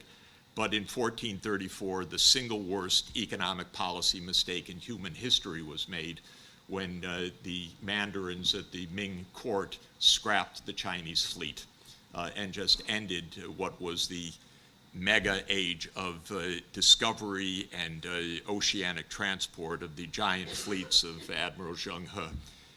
Absolutely no deep reason for it. It was a catastrophic mistake. The next time the sea routes were opened between Europe and Asia was Europeans going to conquer Asia, not Asians going to explore and trade with Europe. So Columbus and Vasco da Gama. And my favorite lines from The Wealth of Nations, which is a remarkably wonderful and humane book, as well as a brilliant treatise. But my favorite part is this. Adam Smith says, the discovery of America and that of a passage to the East Indies by the Cape of Good Hope, that's 1498 and 1492, are the two greatest and most important events recorded in the history of mankind. Big statement, not bad. Connecting the whole world by these two oceanic voyages. Their consequences have already been very great, but in the short period of between 2 and 3 centuries, because Smith is writing in 1776, which has elapsed since these discoveries were made, it is impossible that the whole extent of their consequences can have been seen. And then what's wonderful about Smith in the Scottish Enlightenment is he points out that while this was generally a beneficial fact to unite the world, it was disastrous for the native inhabitants of the East and West Indies, he says, because he says that they were relatively weak at the time. He didn't understand that they also brought pathogens of the old world to the Americas that wiped out the population. So Smith could not have understood that, but he did understand conquest. And he said something incredibly humane at the end, which I think marks him as one of the great thinkers of modern times. He said, hereafter, perhaps, the natives of those countries may grow stronger, or those of Europe may grow weaker, and the inhabitants of all the different quarters of the world may arrive at that equality of courage and force, which by inspiring mutual fear can alone overawe the injustice of independent nations into some sort of respect for the rights of one another. But nothing seems more likely to establish this equality of force than that mutual communication of knowledge and of all sorts of improvements which an extensive commerce from all countries to all countries naturally, or rather necessarily, carries along with it. So what Smith is saying is, in the future, there's going to come an equality because trade is going to carry knowledge, technological improvement, and an equality of force. Basically, we are 250 years after Smith's writing, and that prediction has come true now. So Smith was in the middle of a 500-year period. 500 years ago, Asia in the lead and the center of gravity and in the technological lead. Europe becomes the agent of change. The steam engine, a reflection of that, not something that came out of the blue, but came out of Francis Bacon and Isaac Newton and empire. But it came out of a Glasgow workshop, the condenser on James Watt's steam engine. And there came a new European and North Atlantic-led world. But as Adam Smith said, eventually trade will rebalance, and that's the convergence that we're seeing now. So Watt's steam engine, historians are right to say that what was so fundamental about the steam engine is that it broke the organic barrier of the traditional economy, because basically almost all energy of the primary energy of the pre-James Watt economy was organic. What you could feed to human beings for their labor and what you could feed to the animals for animal traction, plus a little bit of wind and a little bit of water. But basically an organic economy, and we moved to a fossil fuel economy, and that let loose the ability to do work of an unimaginable scale. So everything changed with the fossil fuel breakthrough in the last 2.5 centuries. And of course, Europe got there first, and Britain got there first of the first. And in the geopolitics, we ended up with the British world. This is a map of a wonderful book, The Countries Never Invaded by Britain. Those are the ones in white. Britain went out and just beat the shit out of everybody. And really nasty, by the way. Nasty. In 1839, showed up in China and saying, you have to import our opium. No, we don't want your opium. You don't want our opium? We'll beat the hell out of you. That was the first Opium War. It was followed by the second Opium War. No scruples at all. Sorry to say. So that's power. That's the power of one-sided industrialization. And it conquered much of the world. Long story, and I won't go into it, but the baton was passed to the younger Anglo-American kid brother in 1945, the great Anglo-Saxon handoff, and the US became the next empire. And the idea was that we would dot the world with 800 military bases around the world, and Henry Luce made the sweetest love song to American leaders, telling them this is the American century. That is always captivating. It was captivating to Genghis Khan. It was captivating to Lord Palmerston, and it has been captivating to American leaders since then also, to believe this is your century in the world. It's over, but we still have 800 military bases around the world. I believe the Ukraine war is likely to be America's Teutoburg Forest defeat. Teutoburg Forest was the loss by Augustus Octavian in AD 9, when the Roman Empire tried to cross the Rhine to the east to take over Germania and was defeated. It didn't end the Roman Empire. It just told them, this is a limit, and you're not going beyond that limit. And the United States is going to learn a limit that NATO doesn't just expand at US will. There are limits to that, and that's the painful process that we're in right now. But it's a secret. Don't tell anyone outside. You're likely to be canceled if you do. So the world changed fundamentally after the Second World War. the United States aspired to be the world leader, but something else happened to bring Adam Smith's forecast to reality. And that was the end of the imperial age. If there is one dimension of imperialism that I think needs to be understood, it is that imperial powers do not educate the natives. And if there's one dimension of economic development that needs to be understood, it is that education is the absolute central feature of development. Because without education, nothing else can happen. And so the European imperial powers left the world illiterate, left their colonies basically illiterate. At the end of the colonial rule, the first thing that happened was mass education.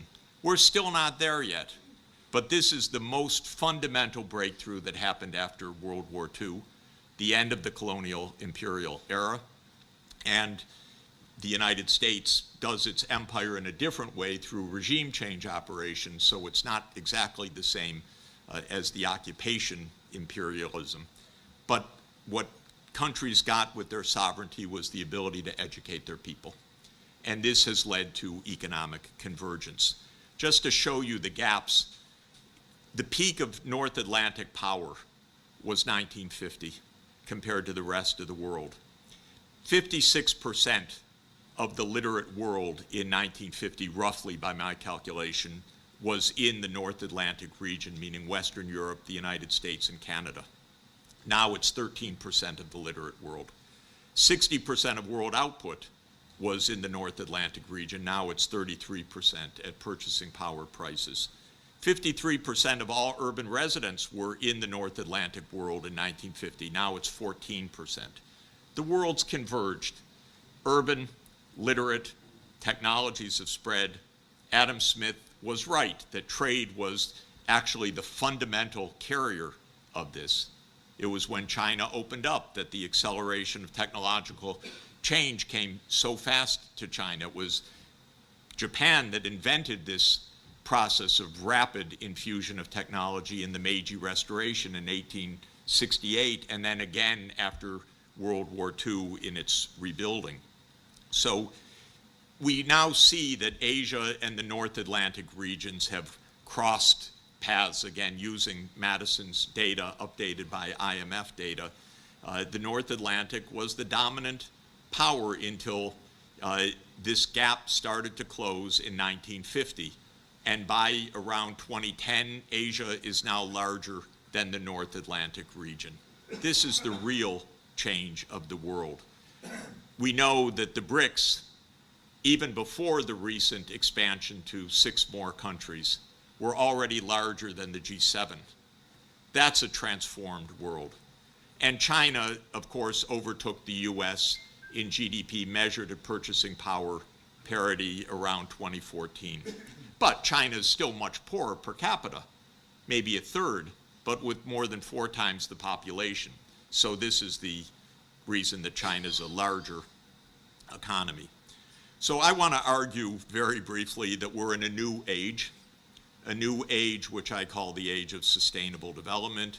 We're there in part because the scale of economic activity and a population 10 times the size of when Thomas Robert Malthus wrote The Principles of Population in 1798, which was then about 900 million people, and today 8 billion people, now has put so much pressure on the physical environment that we are in urgent need of global public response to climate, biodiversity destruction, loss of ecosystem functions, and so forth.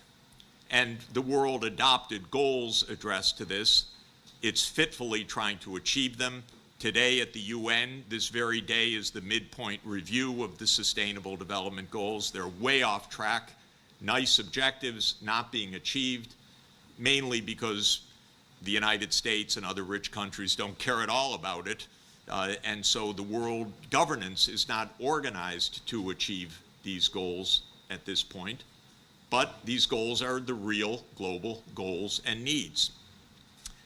So we have a very perilous moment because we have arrived at multipolarity, And as Adam Smith talked about, that balance of awe and equality of force to create justice, that's a delicate, difficult transformation. And just to say, there are several different theories of what's going on right now. Robert Kagan, whom you may know as our chief neocon ideologue and the husband of our acting Deputy Secretary of State Victoria Nuland, believes that American hegemony must rule and will continue to rule. Otherwise, the jungle will grow back, as he says. Wow. Henry Kissinger says that we need a balance of power theory. Balance of power is okay, except it becomes imbalanced, and it's extremely difficult to manage. And when Bismarck was thrown out by Kaiser Wilhelm II, it was the end of Europe's balance of power, and World War I came in response when Bismarck's genius at balancing was lost. John Mearsheimer says we are inevitably in tragedy. That's just the nature of great power politics. Mearsheimer is extremely intelligent, predictive, an extremely nice person, but tragic to read, because he says that conflict is inevitable. I don't buy it. Now, another theory that I read 50 years ago of a wonderful professor of mine also, Charles Kindleberger, said we need a hegemon. So if it's not the US or Britain, it's got to be someone else like China. I don't buy that either, but this is a brilliant book. Boy, it led to a lot of late night discussions over the next 50 years. Graham Allison says, as with Sparta and Athens, we're prone for war, not inevitable, but the war trigger is very high because of the rise of China.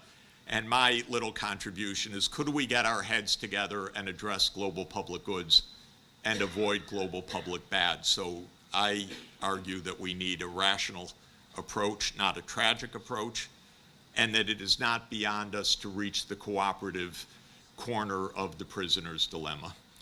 In other words, we can understand the game, we can understand the risks of defection, but we can understand the benefits of cooperation, and so we should be able to reach that cooperative outcome. So I would argue that we need a new geopolitics and a new ethics of sustainable development. I often refer to President Kennedy's inaugural address when he said, "The world is very different now, for man holds in his mortal hands the power to abolish all forms of human poverty and all forms of human life." So what hangs in the balance is something extraordinary. We could achieve SDG 1, end poverty, or we could blow up the world. And what is absolutely incredible is how this is in the hands of a very few people. That's what's incredible. And by the way, my takeaway from Oppenheimer was what a bunch of geniuses that invented the bomb, and what a bunch of dolts who use it or decide about using it. This is our paradox. It took the greatest geniuses of the age to understand nuclear fission and how this could be created, and then it fell into the hands of the everyday person who might not have the imagination to keep us away from global disaster. That's technology, by the way. Technology is often created by geniuses and used by all of us. And that is the real issue that Plato was wondering about already in the Republic 2,350 years ago. How do you make the rulers know what to do? He said you have to raise them from birth for that purpose. So there are crucial public goods at regional and global scale. This is something new. Regional scale, like the European Union or ASEAN or African Union, this is something new, how important this scale is. And global scale is almost unprecedented in human history. We had global trade, we had interconnectedness, but global public goods, not so much. Now we are with the center of global public goods, but institutions in the hands of nation states. Why? Weird. So I believe we need new kinds of global governance and ethics, and I think the Universal Declaration of Human Rights is a good place to start. We're in the 75th anniversary this year, and I believe that we can even find a common wisdom, which I call the ABCs of ancient wisdom: Aristotle, Buddha, and Confucius. They all, by the way, were virtue ethicists. They basically said, cultivate your soul as decent people. It said it in somewhat different ways, but they said it's virtue that gives us the capacity to reach the cooperative solution, whether it's civic virtue, friendship virtue, or the other virtues of sociality. And Aristotle said it's possible because... But we love you, and we never go to war, except in bombing Belgrade for 7 straight weeks. And oh yeah, and Afghanistan we occupied for 15 years as NATO, and the Iraq War was unprovoked. And yeah, we tried to overthrow your ally Assad with the CIA regime change operation. And oh yeah, NATO took out Gaddafi. And yeah, we are placing missiles nearby you in Poland and Romania because we unilaterally abandoned the anti-ballistic missile treaty. But we're peace-loving, and of course we're going to move NATO right up to your 2,300-kilometer border, and not just in Ukraine, but we're going to do it in Georgia. Fascinating, by the way. People, please take out a map and look up Georgia, not the one next to Florida, but Georgia in the Black Sea, on the eastern boundary of the Black Sea, because that country is not a North Atlantic country. So why would it ever be in NATO? And yet the United States wants to push NATO to Georgia. And if you look at a map, I can explain in 30 seconds why that is, because the intention of the United States is to surround Russia in the Black Sea. Ukraine, Romania, Bulgaria, Turkey, and Georgia creates an encirclement. And Russia's naval fleet, the Black Sea Warm Water Naval Fleet, is in Sevastopol, Crimea. And it's been there, by the way, since 1783. And there was already one major war in the 19th century between 1853 and 1856, where the British had the idea, get rid of that naval fleet. And in the late 20th century, Zbigniew Brzezinski had the same idea of surround Russia by getting Ukraine into the Western camp and actually into NATO. And then Russia ceases to be a major power, is their theory. Well, to make a long story short, this is the major reason for this war, and we've never been told the truth about it. And that is really devastating. Second, closely related issue is that in February 2014, the US conspired to overthrow the government of Ukraine. And it did so. That's not a good move. If you're trying to push NATO and there's a president named Viktor Yanukovych who wanted neutrality, and you get together with forces inside the country and you support the overthrow of Yanukovych, the violent overthrow, not a good look. That's when this war started in February 2014. And then if you look at the real sequence of events, not the mind-deadening repeated mantra of the US government and the New York Times and blah, blah, blah, that this is an unprovoked attack that started in February 2021, 2022, excuse me, which is a nonsense. This isn't an unprovoked attack, and it didn't start then, it started in 2014. But in 2019 onward, the US poured in armaments to build up a very, very powerful army. And when Biden came in, he doubled down on this whole thing because Biden and his team, Sullivan, Blinken, Newland, have been part of this story since 2014 and really before, because Biden's always been an advocate of NATO enlargement. Biden's got some dark side still to be explained about Ukraine as well because of Hunter's involvement. We don't know what that is yet, but there's something not good at all about that. But I think Newland has been on this case of NATO enlargement. She was actually the ambassador under Bush Jr. in 2008 to where? To NATO. In the 2008 meeting when the U.S. pushed the proposition and forced everyone to agree that Ukraine would become a member of NATO. So Newland's been part of this story from way back when, from the Cheney Bush days, and she continued through the Obama administration days as the point person for the overthrow of Yanukovych in the US government and for the NATO enlargement issues. And then we started arming Ukraine heavily, especially in the late 2010s. And then Biden really doubled down when he became president and repeated actually in several high-level processes that Ukraine will become a member of NATO. And to bring us to today, and just to conclude, on December 17th, 2021, President Putin tabled a Russia-NATO security agreement in a draft based on no more NATO enlargement. And I happened to call the White House after that and said, avoid a war, negotiate. It's not even a concession. Why do we want NATO in Ukraine? It's going to provoke disaster.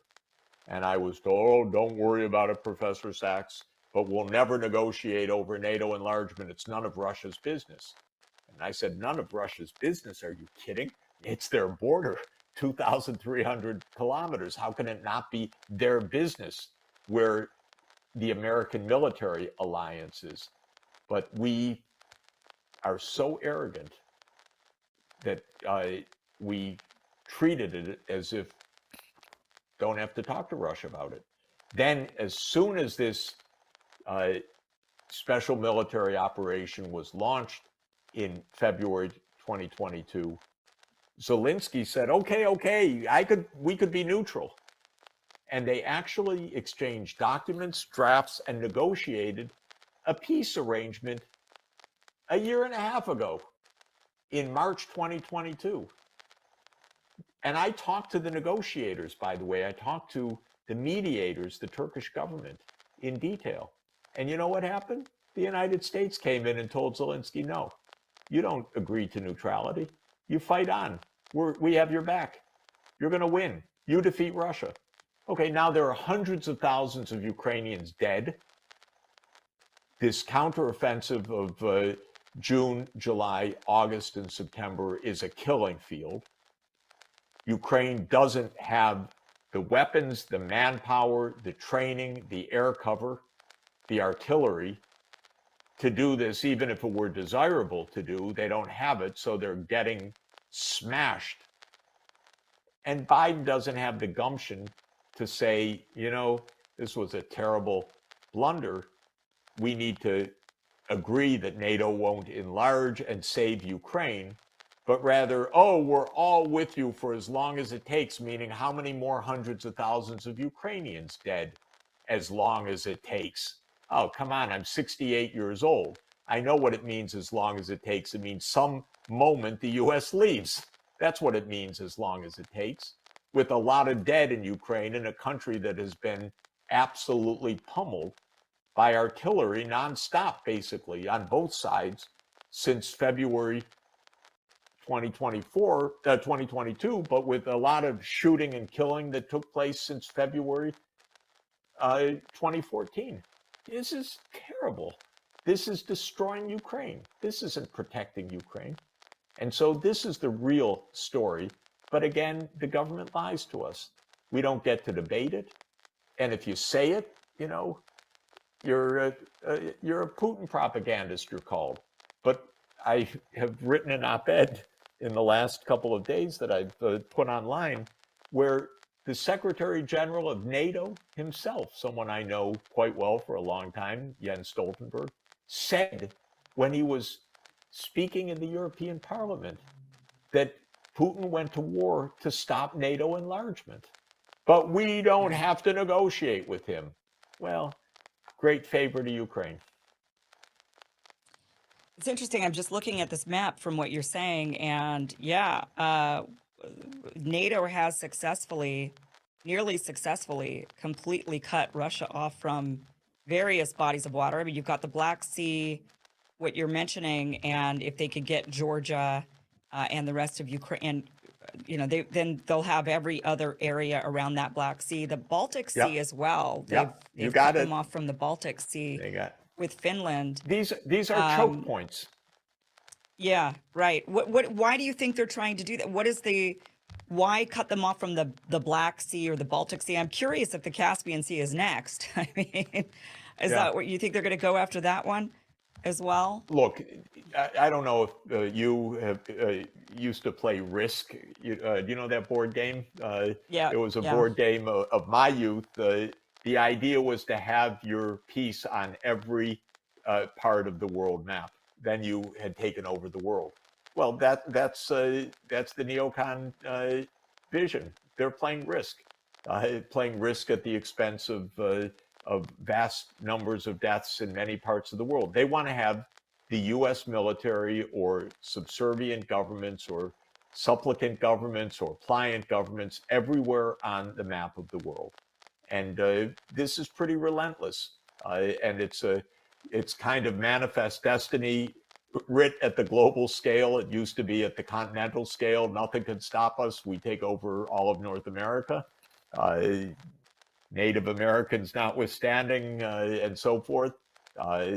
This is manifest destiny at the global level. The only problem is others don't quite share this idea, and we are getting into an awful lot of wars, and they're very dangerous, very dangerous.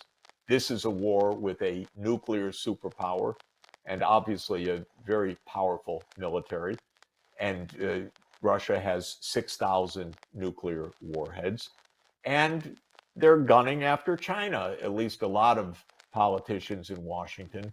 I think in the last few weeks, Biden is trying to pull back a little bit, I think, from the brink, but scared always of his right flank that he'll be attacked for being soft on China and so forth. But there are a lot of hardliners on China that seem really to be preparing for war. Can you imagine anything more reckless, stupid, unnecessary, potentially Armageddon than that? I can't. So all of this is mind-boggling to me. But the basic answer to your question is no rational reason other than that they think they're playing global hegemon and they need their piece on every part of the map.